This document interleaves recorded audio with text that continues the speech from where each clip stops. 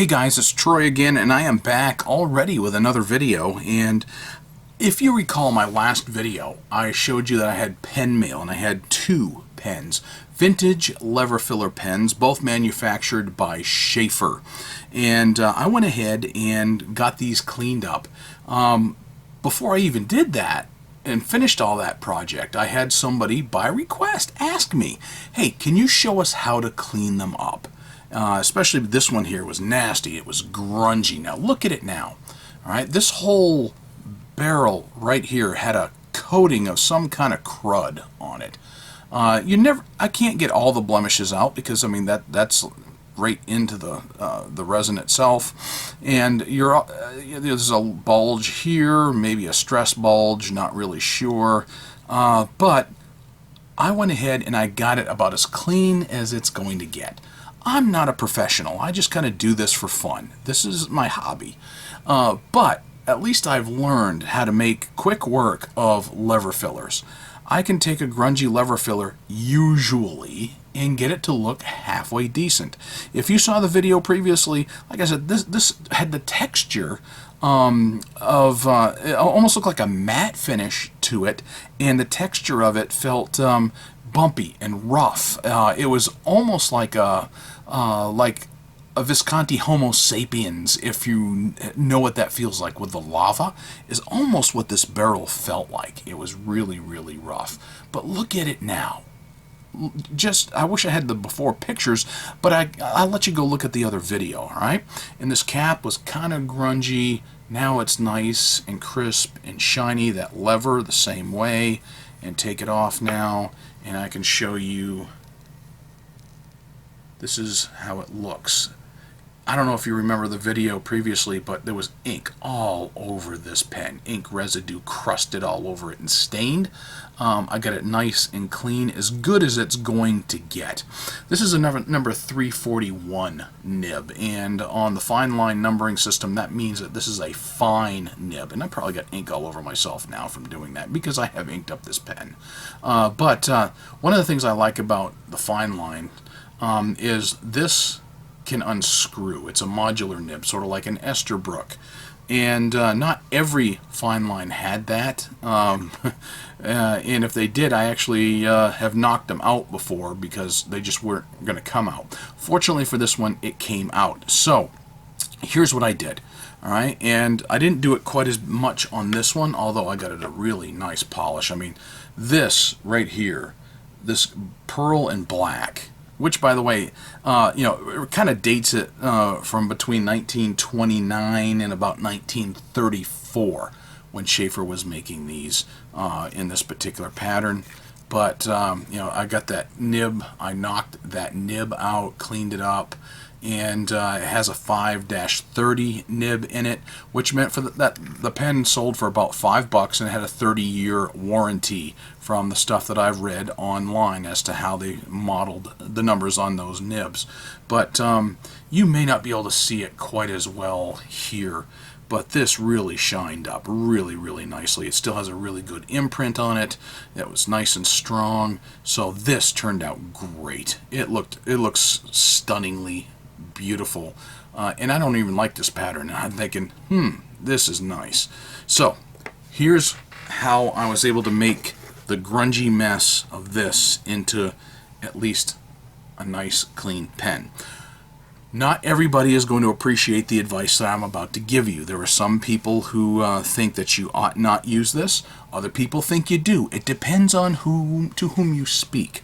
So a lot of people like semichrome. This is very similar to semichrome, and it is a metal polish. Basically, it's just a different brand of it. Autosol. It's a German-made polish, and it actually works very, very well. So all it is just a really thick paste. I'll take the cap off so you can see it's a paste. All right. And what I do when I start is the first thing I do, obviously, in this case, you remove the cap, you set it aside. I also went ahead and removed the section and the nib from the barrel. Surprisingly, the sack on this one was still intact and halfway decent, but I was going to replace it anyway. The sack on this one was totally ossified and had to totally rip it out and it crumbled. But this one here, what I ended up doing was removing the section and the nib. The nib, fortunately, was not so encrusted into it that I couldn't unscrew it. So I was able to pull that out, pull the sack off from it, pull the nib out from the section itself, and then I was able to throw the section and the nib of both pens into an ultrasonic cleaner. If you do not have an ultrasonic cleaner and you want to get into cleaning up grunginess on pens, I highly recommend it. For under $30, you can get a fairly inexpensive but very effective little cleaner. And I actually have one spare sitting here on my shelf. I've got one that's sitting right now in my kitchen where I tend to hook it up and use it because it's near a sink, and that's where I do all my pen cleaning, is in my kitchen sink. Here's a picture of the cleaner that I use, and also you can see that I fill it up with pen flush. I don't use water, I use pen flush. The reason I use pen flush is because I want to get it clean, number one, and number two, I don't buy pen flush. I don't pay $11 for a little bottle that's a pint bottle or less. I make my own, and I made a video on that, and I'll put a link to that video if you want to know how to make your own pen flush. So I can use it for pennies instead of $11 a bottle. I can go ahead and be fairly liberal with it. So I throw my stuff in pen flush, I run it through one cycle, two if it needs it, and it really gets a lot of gunk out. You can see that I had a brownish and red looking ink that was in this particular pen anyway, and it came fairly clean just running it through the ultrasonic cleaner. And then of course I sat and I rubbed and cleaned and scrubbed, and I'll show you more about that. Okay, so I used that semi-chrome or this autosol on this, but before even doing that, what you may want to try, sometimes I do, sometimes I don't right away, is just use a jeweler's cloth. This is a couple dollars, and all it is a jeweler's cloth that you can use to take the tarnish just a little bit off from rings and stuff. And that's not a bad thing to use on metal finishes like the cap, like on a clip, and even on a nib if it's fairly clean. So that's worth using, and I actually did use this some, but it wasn't my primary thing. Alright, so on this barrel, knowing how scuzzy it was, I took an old cloth. You can see that I've been using this this cloth quite a bit over the past year or two. I probably need to either wash it or replace it. But what I did was put a dab of this on here, and then I sat and I worked it by hand, kept working it by hand. Some time ago, I did a video on trying to use a power tool, like a Dremel tool with a polishing pad on it and some kind of abrasive. Let me show you some of the abrasives that I use. As a matter of fact, I keep a bag right here next to my desk. Depending upon the mood that I'm in, there's this stuff, which is a lens clarifying compound that you can use on headlights. It's put out by Turtle Wax. I've used this before. I keep some Carnauba wax for finishing. I've got a 3-step polish here that I use, but that wasn't going to cut it. There's a microfiber cloth, but none of this was going to cut it for the job that I had here. So what I used instead, I went straight to this because of all the scuzziness that was on the barrel here. And that worked really, really well to get a lot of it off. It took a long time to buff all that off with this particular cloth, and I got it to look halfway decent. From there, what did I do once I got that clean? Well, from there, I went to this stuff. I decided to go with this because I've got a lot more of this than I do my 3-step polish, and this is from Anderson Pens on their pen polishing system. There's only 2 bottles in this one.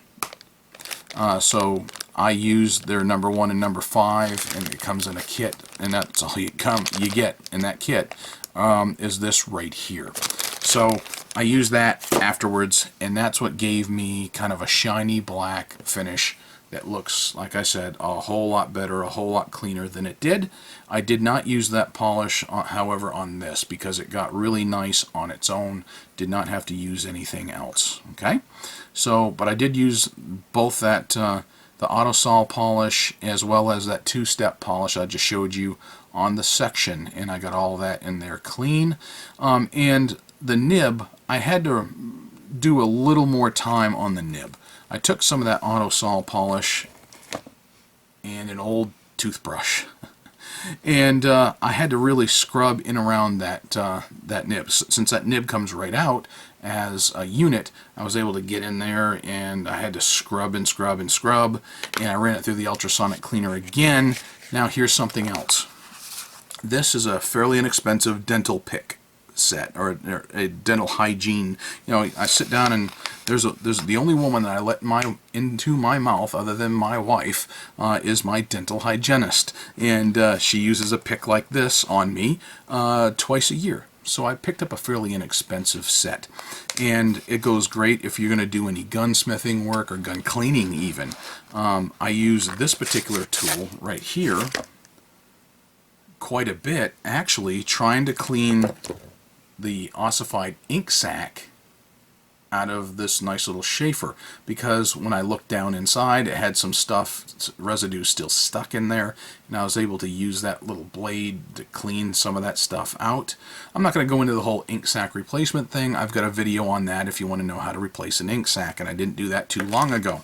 Alright, but I managed to get that apart and clean it out with this, because it had some sac residue. Okay, but for some of the ink that was still stuck right at the base of that nib, I went ahead and used this pick right here, and I used a magnifying glass. There's also a little jeweler's loop that I use from time to time, and I've got one of those headsets that you can use. So essentially, like I said, first thing, because this was so scuzzy, I went right to that Autosol polish, got it nice and cleaned off, looking really nice. Saw that it still had a nice imprint, still had a fairly decent barrel. That cleaned up really nice. The nib cleaned up, but like I said, ran it through an ultrasonic cleaner afterwards. Now, the other thing that you're going to want to do is, if you don't have any, you're going to want some floss. And all this is right here is a foil. Alright, and this foil, what you're going to do is you're going to floss in between those tines, right? So you're going to run it down in between those two tines. It's easier to do if you just have the nib knocked out, like I did on that other Schaefer. Now, when I knock a nib out, I'm not going to really get into that so much, but I do have a knockout block that I use, a small hammer, and some punches that I use to knock that nib in that section, or that feed right out of that section. And then that had the nib by itself, and I was able to clean the nib on this one here, floss it and everything before putting the whole thing back together. Okay? So basically it took a lot of TLC and a lot of hand scrubbing, a lot of hand buffing, a little bit of picking, ultrasonic cleaner, and just really just working on it.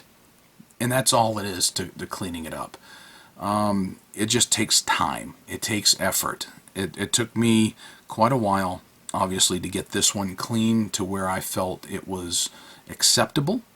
And it took a while to where I got that nib, especially, halfway decent. You're not going to get every bit of scuff off from the nib. As a matter of fact, this one here has a blemish along the nib, and if I haven't already thrown up a picture, you can see that there is a blemish on the nib itself, and no amount of polishing was going to get that off. No amount of polishing was going to take out this little stress hump. And there's also some flat out blemishes right into the material that you're not going to get off. But just how great this turned out compared to what it was previously, I was very happy, and I was also very happy with this. Alright, now I've gotten these inked up. I've got these ready to go. I spend a little bit of time smoothing out the nib on this, a little bit of tine alignment on that. So let's do a writing sample as long as I've got you and as long as I've got these out. Alright, I inked up both of these particular pens with one of my standby inks. From Birmingham Pens, it's the Allegheny Arsenal Gunpowder Black. It tends to behave very well. It's also very reliable, and I have plenty of it. And I don't have to worry about how it's going to work in my vintage pens, since it seems to be very mild as well.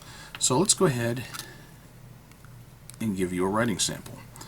So this is my Fine Line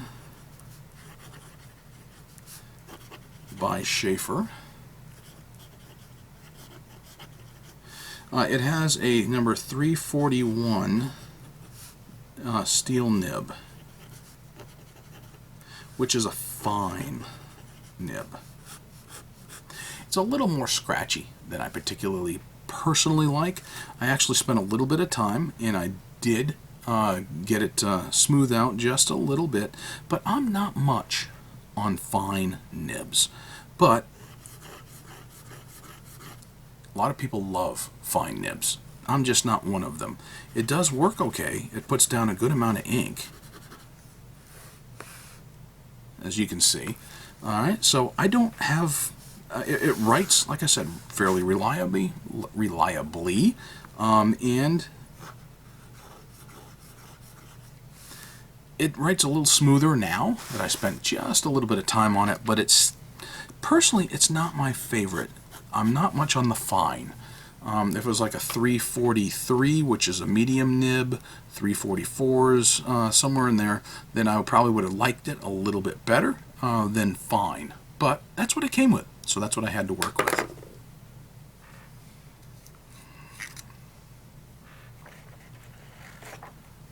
So, let's take this one. This is my little Schaefer, my little black and pearl. So this is probably circa 1928 to 1934, a Schaefer. And to be honest with you, I'm not really sure exactly what model this particular one is, and looking at some of the other comments that I've seen online, I mean, this could be like a mini balance. I have seen some descriptions of them. It doesn't have the white dot on the top, but it does have this remarkable hump, which is very characteristic of some of the very early balances. But this is also a fine nib. F-I-N-E. This is the 5-30 nib.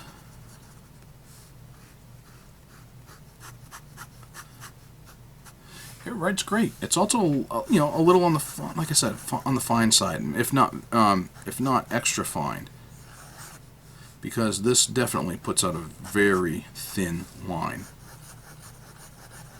But I did a little bit of tine alignment, and it writes better now than it did before, for sure.